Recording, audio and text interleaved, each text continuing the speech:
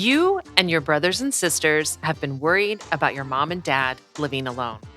Of course, your parents want to stay in their home, but dad's been falling and still insists on taking care of the garden.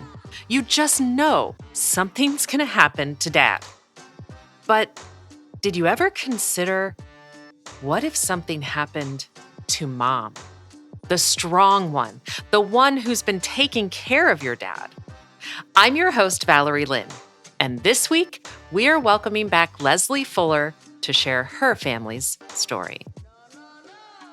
Welcome to Desperately Seeking Senior Living, a podcast for sons, daughters, grandkids, and spouses who suddenly find themselves tangled in the search for senior living and care. If you like today's episode, don't forget to subscribe and check out our doable download in today's show notes for a printable summary of the show and a bonus tip from our guest.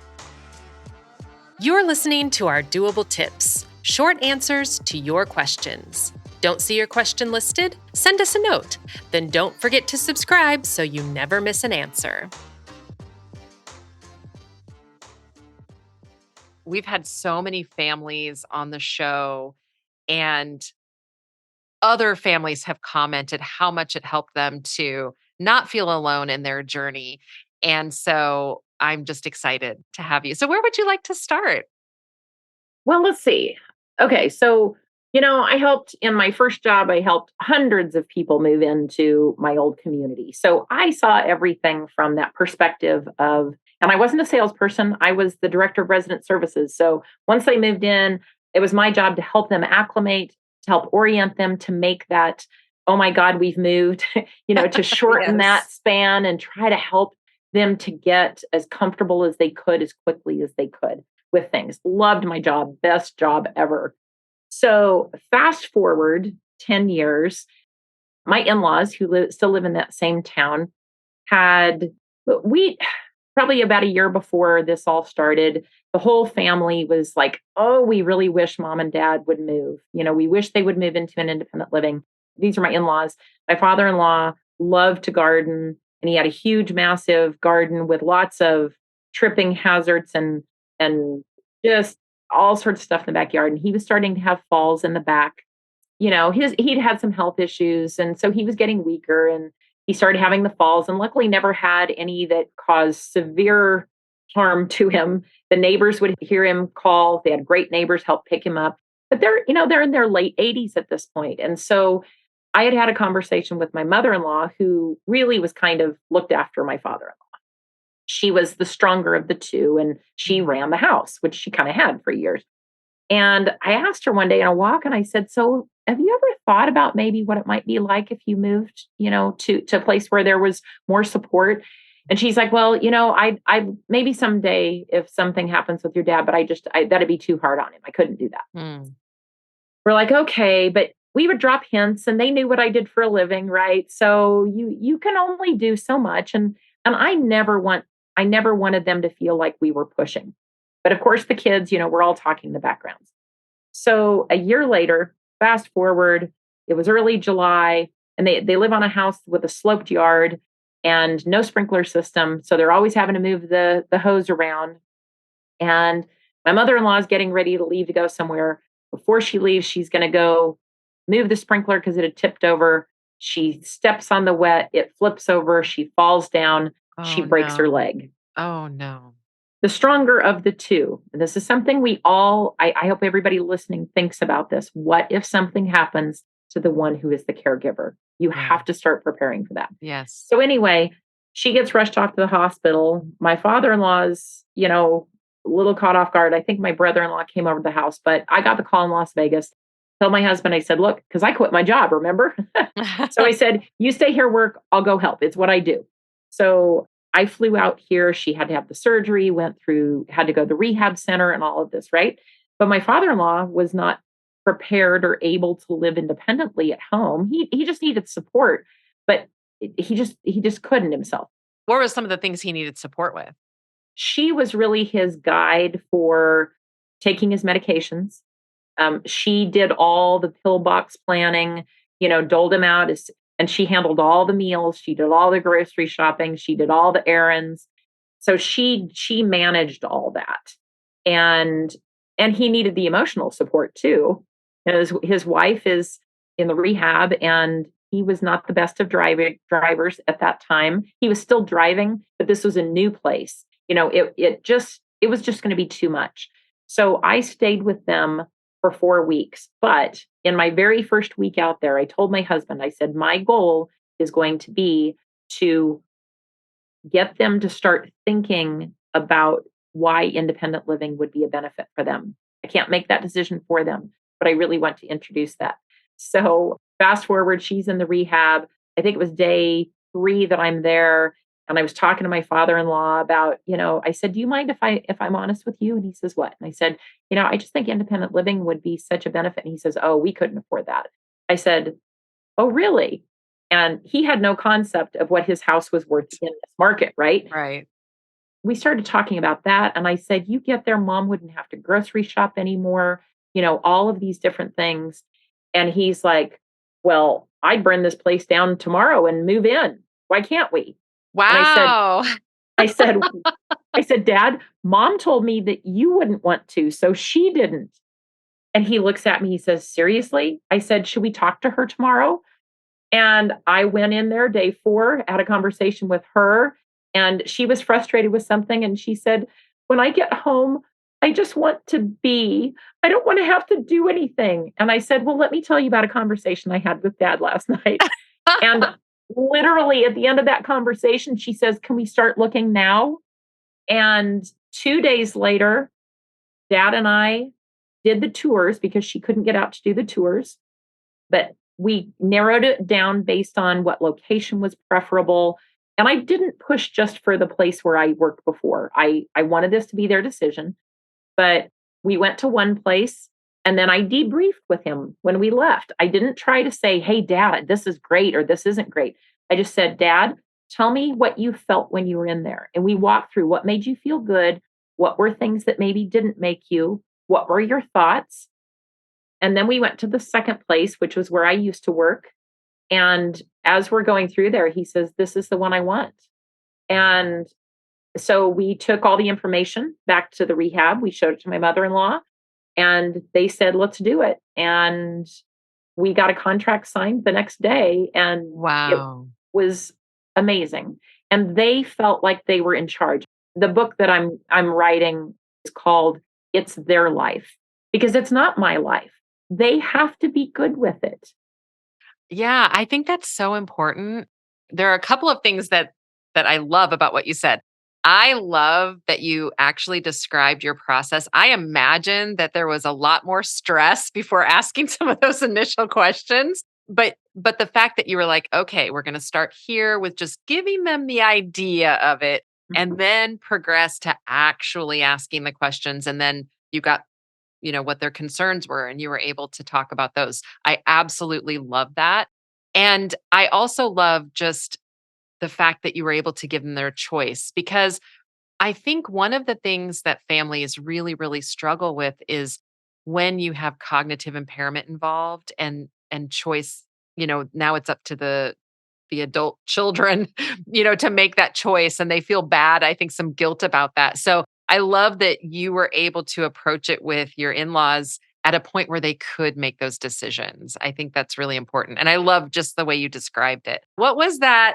Because that's that initial, and then you get the contract and everything feels great. Did it continue to feel great? Or what were some of the challenges with the actual move? No, it did. I mean, so I utilized the training program that I use separately that you and I talked about. I train staff in senior living communities, memory care communities primarily, but all the training that I teach them, I utilize those skills in helping them through this process. And it really, moving is stressful regardless of who you are. There's no move that doesn't have stress to it. But I think all the skills that I brought to the table to use with them, as far as being very respectful of them being decision makers, of them having preferences, of acknowledging that what they're going through is really hard, letting them have that sad time, letting them have the frustration, It's just emotional. It's EQ, I think, really emotionally being there for them and with them and holding their hand emotionally and walking through it was Yeah. very helpful for them. I think a lot of adult children who feel that pressure to, okay, I have to make the decisions and maybe I've got a job I have to get back to and I'm stressed, right? But they go into it, Yeah. mom, dad, you have to move. We've got to get you out of this house. Well, how are you setting up the stage for that? You're setting it up with strife to begin with. Whereas I got the same result of getting them moved, but they felt respected and they felt a part of it along the way instead of it being my decision. I turned it into their decision with my support. And I did 90% of the legwork, but it was still their move and their Yeah. decision. Yeah. And I think I actually just had an episode about the feeling of loss that many seniors experience when they move into senior living. And I think part of it is what you're talking about. But, we always say, your loved one best. And at least that's what I always say to families. And I have worked with some family members who were like, they had to have very serious conversations that were, no, mom, no, dad, you can't live at home anymore. It's not safe. You have to move. And so I don't want to isolate some of our listeners that might be saying, yeah, my mom or dad would never, like, they would need me to be a little bit more in control of the Firm. situation for sure. Yeah. I do love that you were able to provide that choice for them. What was it like through the actual move? What kind of support or services, if any, did you utilize for that actual move, right? Because they had to downsize. They did, and we had very clear discussions up front. Even before we're starting the packing, you start the dialogue of what it's going to look like when we start packing. I took, their square footage in their apartment. Oh gosh, maybe let's just say it's 700 square feet. I don't remember what it was. But I said, you have a 1,800 square foot house. You're moving into a 700 square foot apartment. So if you think that we look at finding one out of three things in the house that are most important to you, look at each room. What is a third of everything in this room? Which are the most important third of everything you see in this room? Oh, I love that. Yeah. And then let's focus on those and where those are going to fit in the apartment. Then the rest of it, let's talk about. Is it more important for you that we get this stuff to family members? Or is some of it you don't care? You want to donate it? Don't look at the items yet, but set up the bigger picture of how are we going to decide where things are going. And how did your in laws respond to that? It worked very well. I have to say, I have a good relationship with them and I have the tools to come into this for the dialogue. But that's what I want to help people. I like the analogy of you don't create your fire exit plan when the building is on fire. You have that Mm, exit plan planned at first. So these are actually good discussions to have at any point. You really have to create that plan forward and then try to execute it. Don't try to build it and execute at the same time while it's going on and you've got right. emotions and Yeah. they're scared and they don't want to go and all of a sudden they're having, second thoughts, no, I don't want to do this. We did, I did have one moment where my father-in-law said he was getting frustrated with, just the decision making and all that. And he says, I just don't think this is going to work. I don't think I want to go. And I said, well, Dad, I've already done all this other packing, and I am a one-pack daughter-in-law. You don't get me twice. So unless you want to do all this yourself, and I laughed about it. I found a way to acknowledge, okay, I'm not just going to tell you no, but I acknowledged what he was saying, and then I had a little bit of fun with it, and then I said, I'm here with you through this whole thing, Dad. So it's going to be hard, like anybody. But when you're a senior, man, you do have different things that you're losing a house that maybe you've been in for 40 years. Imagine any of us, our routine and everything we know. My life right Yeah. now is thrown upside down, Yeah. but it's going to be okay, but it is scary. Yeah. It's very scary. What was the reaction of the other family members that were involved? I was very pleased that I had a brother-in-law who I think understood and respected what I do for a living.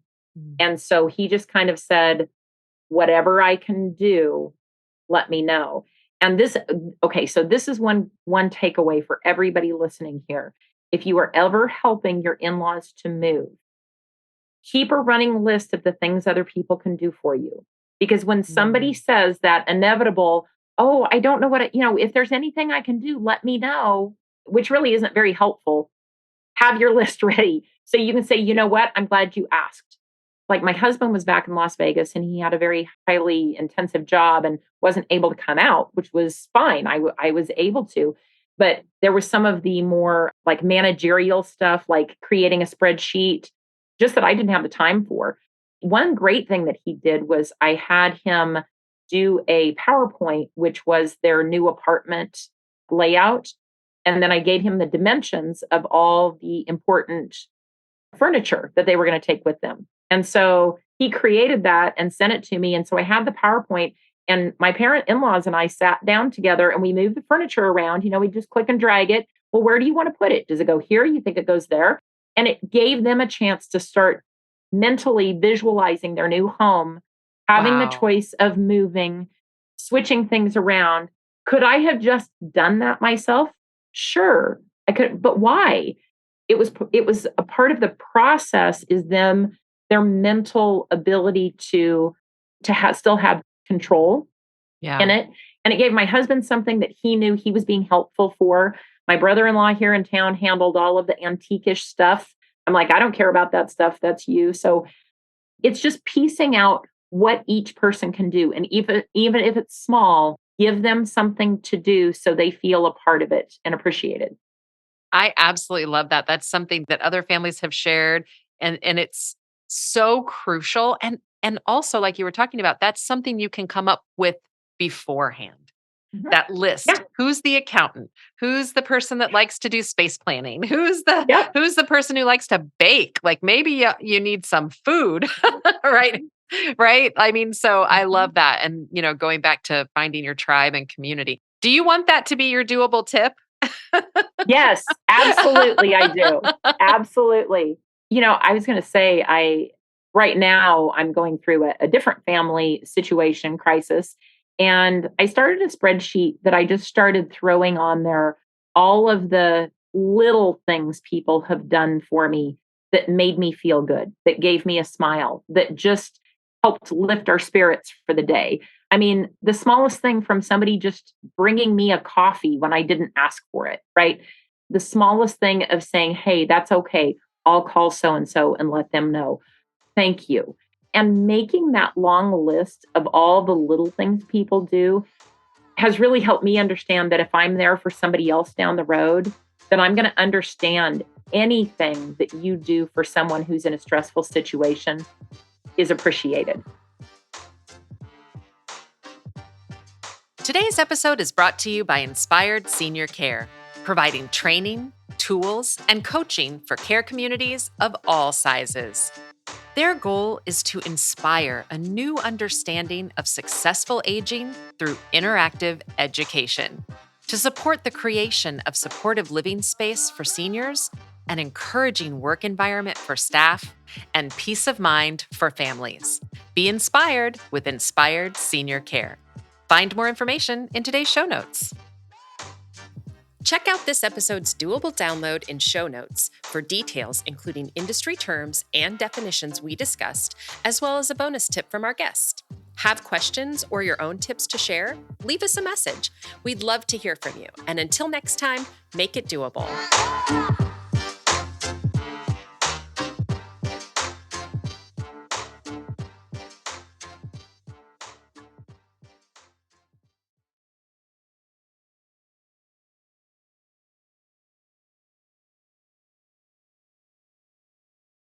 Document, document, document.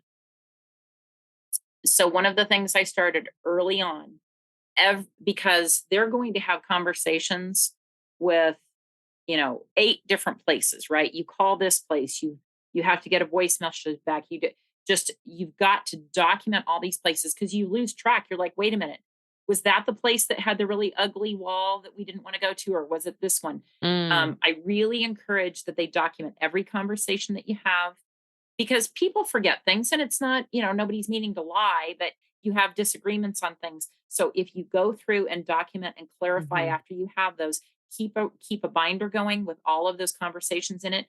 They're going to Yeah. have, all of the utilities, all of the banks, all of the this, keeping that list. Okay, did I finish everything I need to do with that?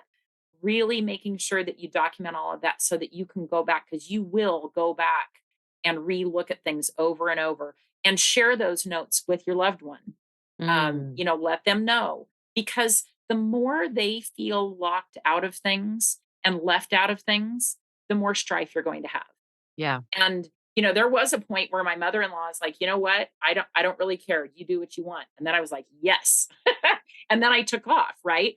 Yeah. But I made sure that there was no strife at that point.